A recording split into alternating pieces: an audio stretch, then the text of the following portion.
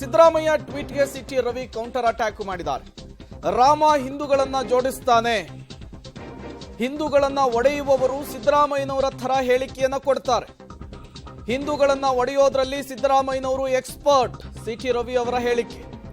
ಸಮಾಜವನ್ನ ಒಡೆಯೋದ್ರಲ್ಲಿ ಸಿದ್ದರಾಮಯ್ಯನವರು ಪ್ರೊಡ್ಯೂಸರ್ ಅಂತ ಹೇಳಿ ಲೇವಡಿಯಾಡಿದ್ದಾರೆ. ಅಲ್ಪಸಂಖ್ಯಾತರ ಓಲೈಕೆಗಾಗಿ ರಾಮ ಮಂದಿರ ಕಾರ್ಯಕ್ರಮ ಬರ್ತಾ ಇಲ್ಲ, ಮುಸ್ಲಿಂ ಮತ ಬ್ಯಾಂಕ್ ಅನ್ನು ಉಳಿಸಿಕೊಳ್ಳುವಂತಹ ಸಲುವಾಗಿ ಬರ್ತಿಲ್ಲ ಅಂತೇಳಿ ಸಿಟಿ ರವಿ ಅವರು ಗುಡುಗಿದ್ದಾರೆ. ಸಿದ್ದರಾಮಯ್ಯನವರ ಹೇಳಿಕೆಗೆ ಒಬ್ಬರಾದ್ಮೇಲೆ ಒಬ್ರು ಬಿಜೆಪಿಯ ನಾಯಕರುಗಳು ಪ್ರತಿ ಹೇಳಿಕೆಯನ್ನು ದಾಖಲಿಸ್ತಾ ಇರುವಂತಹದ್ದು, ತಿರುಗೇಟನ್ನು ಕೊಡ್ತಾ ಇರುವಂತಹದ್ದು. ರಾಮ ಹಿಂದೂಗಳನ್ನು ಜೋಡಿಸ್ತಾನೆ, ಯಾರಿಗೆ ಒಡಿಬೇಕು ಅಂತ ಮನಸ್ಸಿರುತ್ತೋ ಅವ್ರು ಸಿದ್ದರಾಮಯ್ಯನವ್ರ ಥರ ಹೇಳಿಕೆ ಕೊಡ್ತಾರೆ. ಸಿದ್ದರಾಮಯ್ಯನವರು ಹಿಂದೂಗಳನ್ನು ಒಡೆಯೋದ್ರೊಳಗೆ ಎಕ್ಸ್ಪರ್ಟು. ಕಳೆದ ವಿಧಾನಸಭೆ ಚುನಾವಣೆಗೆ ಮುಂಚೆ 2018ರಲ್ಲಿ ವೀರಶೈವ ಲಿಂಗಾಯತ ಅಂತ ಒಡೆಯೋ ಪ್ರಯತ್ನ ಮಾಡಿದರು. ಅದರ ಪ್ರೊಡ್ಯೂಸರ್ ಯಾರು? Siddaramaiah was A producer. ಅದಕ್ಕಾಗಿ DK ಶಿವಕುಮಾರ್ ಅವರು KPCC ಅಧ್ಯಕ್ಷ ಆದಮೇಲೆ ಕ್ಷಮೆಯಾಚನೆ ಮಾಡಿದ್ರು. ಒಡೆಯೋದ್ರೊಳಗೆ ನಿಸ್ಸೀಮ್ರು ಯಾರು ಅಂತ ಅವರೇನೆ. ಅವರ ಅಜೆಂಡಾ ಸ್ಪಷ್ಟ.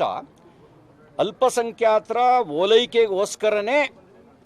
ಓಲೈಕೆಗೋಸ್ಕರನೇ ಇವತ್ತು ರಾಮ ಮಂದಿರದ ಪ್ರಾಣ ಪ್ರತಿಷ್ಠಾಪನಾ ಕಾರ್ಯಕ್ರಮವನ್ನು ಕಾಂಗ್ರೆಸ್ಸು 22ನೇ ತಾರೀಕು ಬಹಿಷ್ಕಾರ ಮಾಡಿದೆ. ಅವರು ಬಹಿಷ್ಕಾರ ಮಾಡಿರೋ ಉದ್ದೇಶನೇ ಇಡುಗಂಟಾಗಿ ಸಿಗುವಂಥ ಅಲ್ಪಸಂಖ್ಯಾತರ ಮತವನ್ನು ಉಳಿಸ್ಕೊಳ್ಬೇಕು. ನಂಬರ್ 1, ಹಿಂದೂಗಳನ್ನು ಜಾತಿವಾರು ಒಡಿಬೇಕು. ಇದೇ ತಾನೇ ಅವ್ರ ನೀತಿ.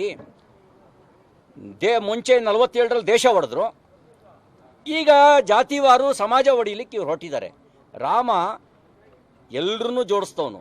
ರಾಮನ ಮಿತ್ರರು ಯಾರು ಗೊತ್ತಾ? ಪ್ರಾಣಿ ಪಕ್ಷಿಗಳಿಂದ ಮೊದಲುಗೊಂಡು ಗುಹ, ಶಬರಿ, ಸುಗ್ರೀವ, ವಿಭೀಷಣ, ಆಂಜನೇಯ, ಜಟಾಯು, ಇಂಥವೆಲ್ಲರೂ ಕೂಡ ರಾಮನ ಕಾರ್ಯಕ್ಕೆ ನೆರವಾದವು.